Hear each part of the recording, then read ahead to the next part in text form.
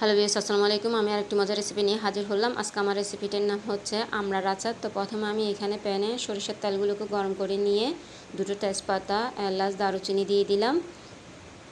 দেখতে পাচ্ছেন 1 টেবিল চামচ আদা রসুন বাটা দিচ্ছি, 1 টেবিল চামচ সরিষা বাটা দিলাম, স্বাদ মতো লবণ দিচ্ছি। আর এইভাবে কিন্তু আচার বানালে আচার কখনো নষ্ট হয় না। দেখতে পাচ্ছেন আমি 1 চা চামচ হলুদের গুঁড়া দিলাম, 1 চা চামচ মরিচের গুঁড়া দিচ্ছি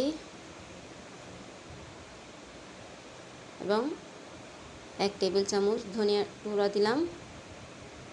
আর এগুলোকে আমি ভালো করে নেড়েচেড়ে নিব।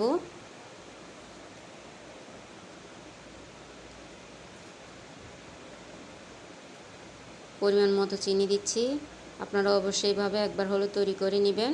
আমি কয়েকটা শুকনো মরিচ দিলাম। আর এখন বাজারে কিন্তু প্রচুর আমড়া পাওয়া যাচ্ছে। আর এখনই কিন্তু আচার বানানোর সময়। তো দেখতে পাচ্ছেন আমি খোসাসহ আমড়াগুলো দিয়ে দিলাম এবং রসুন দিলাম। আর এগুলোকে আমি ভালো করে নেড়েচেড়ে নিব। আমি এখানে 5 ফোড়নের গুঁড়া দিচ্ছি এবং গোটা 5 ফোড়নও দিব। দেখতে পাচ্ছেন দিচ্ছি আমি গোটা 5 ফোড়নটা। আর এগুলোকে ভালো করে নেড়েচেড়ে নিব। আর এই আমড়া এবং রসুন দুটোর মাঝে কিন্তু মশলাগুলো ঢুকে যাবে। তো দেখতে পাচ্ছেন মাশাআল্লাহ তৈরি হয়ে গেল আমার আমড়ার আচার। আশা করি আপনাদের সবার ভালো লাগবে। তো দেখার জন্য সবাইকে ধন্যবাদ।